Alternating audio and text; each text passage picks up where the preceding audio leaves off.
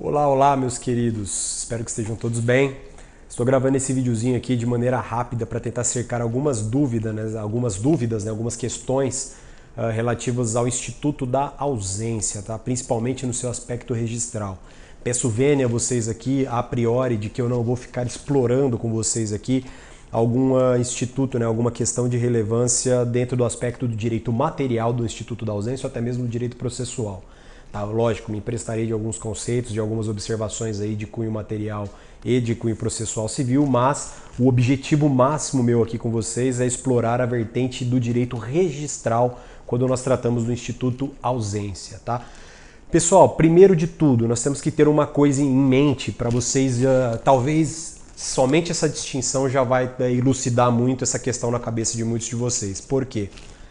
Existe uma enorme diferença entre o ausente e o desaparecido. O que eu quero dizer com isso? A ausência, tá, é um instituto jurídico autônomo que era tratado lá no Código Civil de 16. O ausente, né, era a pessoa que era considerado, aliás, absolutamente incapaz no Código Civil de 16. Essa característica que não foi repetida no Código Civil de 2002, do Miguel Reale, por uma razão óbvia, né, de um movimento doutrinário de não entender que o ausente na verdade era incapaz, ou seja, não falaria-se aí, né, numa questão de ausência, uma discussão doutrinária acerca da ausência ser uma hipótese, né, de capicis de minutio máxima, né, um instituto de origem do direito romano, que nada mais era do que a perda da capacidade plena civil por um ato ficto, né, ou seja, não sendo necessariamente pelo evento morte. Então era na hipótese que uma pessoa, né, lá no direito romano, ela ia para a guerra, deixava os seus bens em fidúcia, né, de algum conhecido, ou seja, em fidúcia do que? Em regime de confiança, né, esse bem, essa propriedade em nome de alguém, e caso ela não retornasse, ela perderia os seus bens, ou se ela retornasse depois de muito tempo do término da guerra, ela também teria esses seus bens como perdidos. Esse é um instituto que vem lá, né, do direito romano, que foi conhecido como capicis de minutio máxima. Capicis, cabeça, né, capacidade, de minúcio, diminuição máxima, máximo mesmo. Então, ou seja, uma máxima redução da capacidade por um ato, né, ficto do direito, mesmo em se tratando de uma pessoa aparentemente viva. Tá? Isso é uma questão muito histórica quando nós tratamos do Instituto da Ausência. Por que não se deve misturar a ausência com desaparecimento? Vamos lá. Levando aqui por partes e trazendo também já para o estudo desse instituto dentro das normas de serviço da Corregedoria Geral da Justiça, em especial o capítulo 17 aqui de São Paulo. No item 97, ele diz que será lavrado no livro C o assento de óbito de pessoa desaparecida. Ele não fala de ausente. Tá? E ele só vai tratar da ausência lá no item 112, quando ele diz ali que o registro das sentenças de declaração de morte presumida será feito no livro E, onde o ausente teve o seu último domicílio com as mesmas cautelas do registro da ausência fazendo constar. Então ele fala isso respectivamente lá, expressamente no 112 do ausente, e lá no item 97 ele fala do desaparecido. Pessoal, essa opção do normatizador aqui, né, no caso a Corregedoria Geral da Justiça de São Paulo, ela tem relevância, porque é diferente, são dois institutos completamente distintos. O desaparecido é aquela pessoa que simplesmente desaparece e não se tem mais notícia dela. O ausente é este desaparecido que, além de não deixar notícias do seu paradeiro, ele deixa bens. Então, qual que é a diferença primordial entre o desaparecido e o ausente? Para o desaparecido, não interessa o fato dele ter deixado bens ou não. Para o ausente, sim. Só será considerado ausente para o direito brasileiro se essa pessoa deixar bens. Tá? Então, se ela teve o seu paradeiro, não se tem notícia dela, não tem procurador constituído lá nos termos do que diz o Código Civil, porém, ela deixa bens. Então, por isso ela interessa tanto ao direito, e por isso que vem essa proteção tão forte. É um resquício violentíssimo, né, que nós temos aqui do Código Civil de 16 por 2002, de uma distinção, né, de uma questão relativa estritamente ao direito patrimonial. Então, por isso, né, que o Código Civil ele trata tão somente ali, quando ele fala expressamente do Instituto dos Ausentes. Ele trata dos desaparecidos quando ele vai falar lá no artigo 7º das possibilidades ali da justificação de óbito, aquele Instituto do artigo 88, lá da Lei 6.015. Então, o procedimento de justificação de óbito ele trata de desaparecidos. Quem são esses desaparecidos? Pessoas que desapareceram, que estavam provavelmente, né, que fica comprovado, né, a sua provável presença num evento danoso, catastrófico, ou aquele desaparecido em campanha que não se tenha notícia 2 anos após o término da guerra, depois de encerradas as buscas, ou seja, esse também será justificação de óbito. E também não se esqueçam, de extrema importância, essa é uma lei que eu recomendo que vocês levem para a prova, que é a Lei 9.140 de 1995, que trata aqui dos desaparecidos na época, né, do regime militar, que foi ali de 2 de setembro de 1961 até 15 de agosto de 1979. Porém, houveram alterações aqui estendendo esse rol de desaparecimento até 1988, né, quando foi promulgada a nossa Constituição. A nossa agora, né, Constituição vigente. Então, cuidado, tá? Quando se trata de justificação de óbito, ou seja, o óbito lá do item 97, que vai diretamente para o livro C através de um mandado, tá? Expedido por um juiz de direito, tá? Não é um juiz corregedor, aqui é um juiz investido de jurisdição. Ele será então nas hipóteses de catástrofe, do desaparecido em campanha ou no caso daqueles abrangidos pela Lei 9.140 de 95, que trata ali dos desaparecidos políticos da época do regime ditatorial militar brasileiro, tá? Então, cuidado. Esses 3 desaparecidos, essas 3 categorias de desaparecidos, elas batem justamente dentro do procedimento de justificação de óbito. Lá no item 111 e 112, lembrando, 111 fala do registro no livro E do ausente ali, da declaração da decretação de ausência com nomeação de curador, tá? De bens, porque trata-se dos bens de uma pessoa, a relevância jurídica tão somente sobre os bens. E no 112 a possibilidade do registro lá também no livro E da morte presumida com decretação de ausência, que também será realizada aí por um juiz investido de jurisdição, mas não se confunde com o livro C.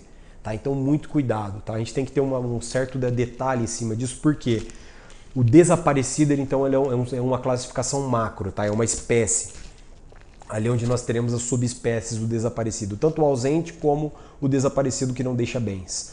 Se o desaparecido ele for uma pessoa que se enquadra nessas 3 hipóteses que a gente mencionou, de catástrofe, guerra ou da Lei 9.140, nós teremos então o registro do óbito dessa pessoa lá diretamente no livro C. Se este desaparecido deixou bens e não está nesse rol aqui que a gente já tratou, desse provável desaparecimento, etc. aqui, do justificação de óbito, então ele vai direto para o livro C, através ali, primeiramente, da arrecadação dos bens do ausente, com a curadoria, né, desses bens, averba-se a sucessão provisória, averba-se a definitiva, e com a averbação da definitiva, ali tem no final do parágrafo 6º do artigo civil, uma presunção de que ele realmente faleceu, né, podendo ali ser decretada a sua morte presumida em virtude de uma ausência. E fica a terceira pergunta, tá, professor, e se o caso desaparecido não estiver nas 3 hipóteses de justificação de óbito e também não tiver deixado bens? Não será feito nada com ele. Ah, mas como assim? Não interessa para o direito? Não. Pela sistemática do Código Civil de 2002, essa pessoa não interessa para o direito. Ela não vai ter nenhum mecanismo de proteção e nem de morte presumida, a não ser que encontre em seu corpo ou que consiga provar que ela estava efetivamente em um evento catastrófico, ou seja, que a sua morte provavelmente é certa.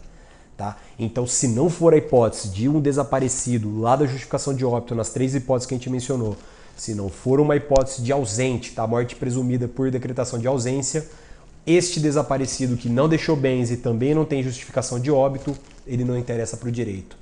Professor, e a pessoa que é casada com ele, como é que ela vai fazer para casar novamente, para não incorrer no crime de bigamia, lembrando que o casamento então vai ser vigente? Ela precisa de um divórcio judicial. É muito criticada essa posição, realmente, também ao meu ver, é muito complexa. Poxa, ela precisa entrar com uma ação de divórcio só porque ele não deixou nenhum bem? Sim. Esse é o mecanismo atual que o direito brasileiro adota, amplamente, né, já manifestado aí pela doutrina, também muito criticado, né, por nós, nós principalmente os registradores, né, esse mecanismo, porque como, né, deve ser obrigatoriamente por um divórcio judicial, porque trata-se, né, de um litígio, não tem consenso entre as partes, porque uma das partes não está presente, né, para a lavratura de uma escritura pública de divórcio que facilitasse aí a vida dessa pessoa que pretende casar novamente. Então, esta pessoa, né, que quer casar novamente, ela vai precisar ainda aguardar o trânsito em julgado de uma sentença da dissolução da sua união, do seu casamento, né, através do divórcio direto, ou até mesmo, né, de uma conversão de separação e divórcio. E somente depois disso ela poderá casar novamente. Tá? Então, muito cuidado. Ah, e questão de reflexos previdenciários, etc. Não vamos entrar nessa seara porque ela é muito complexa, é muito debatida ainda na doutrina e dificilmente isso cai em prova porque não há consenso. Mas, via de regra, lembremos-nos sempre desse instituto. Ausente não é desaparecido. O ausente ele tem um rito próprio. O desaparecido, que tem o óbito justificado, ele vai para o livro C. O desaparecido que não tem óbito justificado e o desaparecido que não é ausente, com ele não acontece nada. O direito nada vai fazer em relação a ele, principalmente no que diz a respeito na seara registral.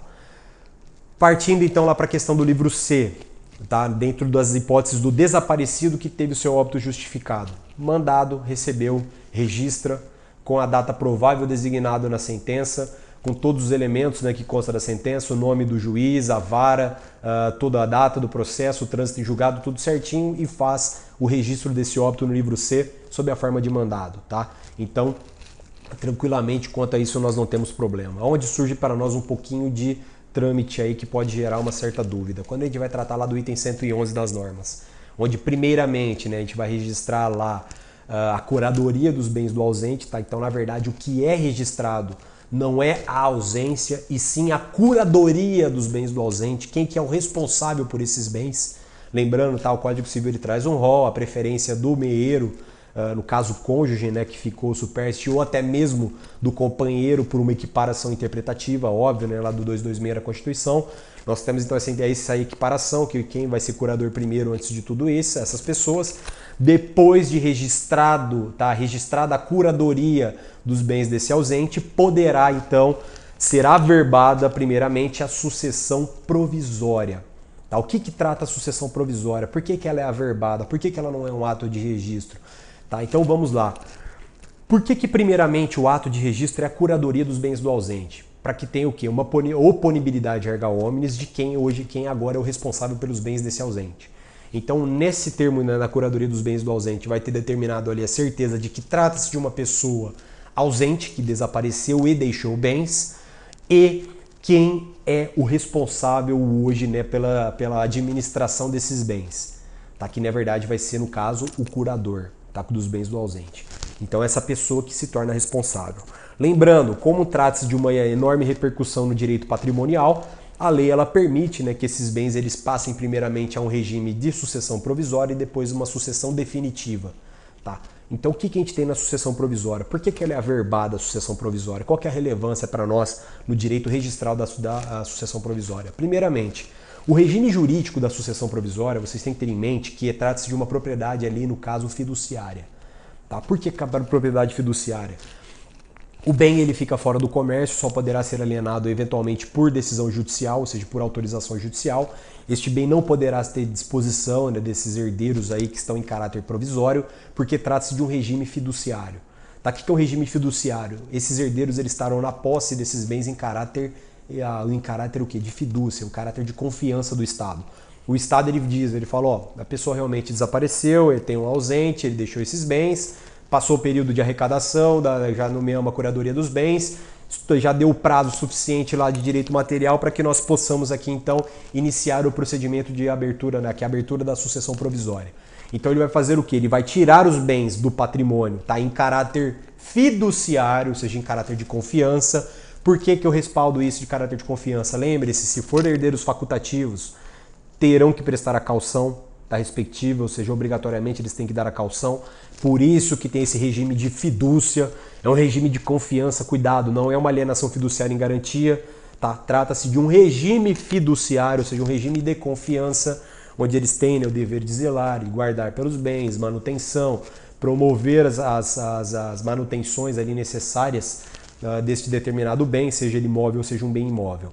Tá? Então, por isso que ele vem em caráter provisório, e esse caráter provisório, ele, na verdade, ele gera esse efeito de propriedade fiduciária, ou seja, pautado na fidúcia que nada mais é do que a confiança.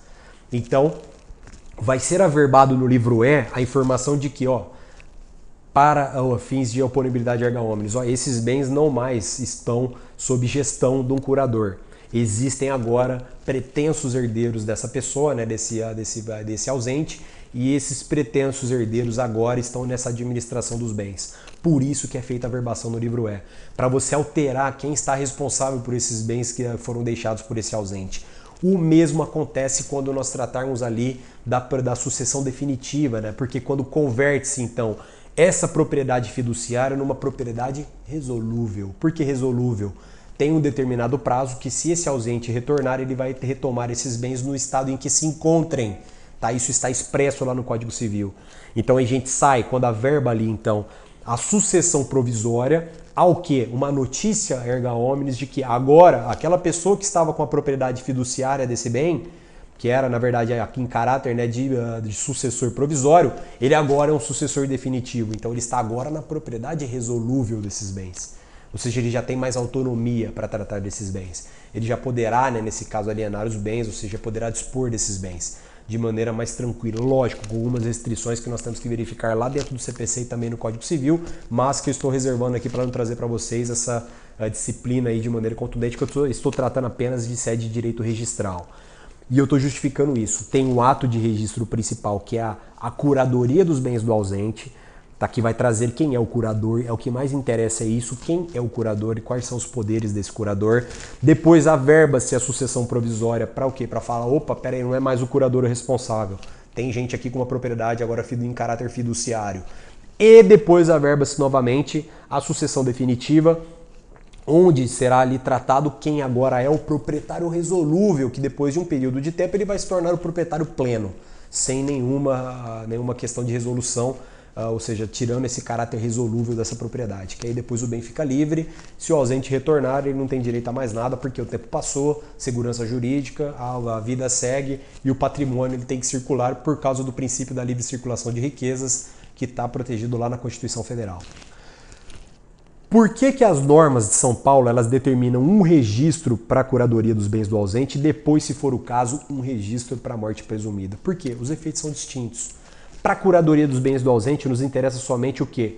Questões patrimoniais. Porém, se este ausente, lá depois ele se entrou, né, numa hipótese de sucessão definitiva, pela parte final do artigo 6º poderá sim ser presumida a sua morte. Neste caso, a lei autoriza que seja também expedido um mandado para que seja registrada a morte presumida com decretação de ausência lá no livro E. Tá? Isso gera todos os reflexos lá de ordem, inclusive o rompimento de eventuais vínculos conjugais que tenham ali uma incidência dentro ali no período de que esse ausente, né, ficou fora, então ele pode ter deixado algum cônjuge. Neste momento, então, estará rompido esse vínculo de matrimonial ou até mesmo, né, o vínculo de união estável. Tá? Então, por isso que o Instituto ele é tão distinto, tá? Ele é peculiar. Dependem as duas questões uma da outra, a curadoria dos bens do ausente para a abertura da sucessão provisória e, eventualmente, o registro da morte presumida com decretação de ausência? Não, porque são dois registros autônomos. Ao meu entendimento, e também isso corroborado por uma série de colegas, sensivelmente maioria, é um instituto de que não tem vigência do princípio da continuidade entre o item 111 e o 112. Por quê? O item 111 ele trata de um ato de registro tão somente voltado para patrimônio e bens, enquanto o item 112 ele traz, na verdade, uma hipótese de fim da existência da pessoa natural por uma questão ficta do sistema jurídico.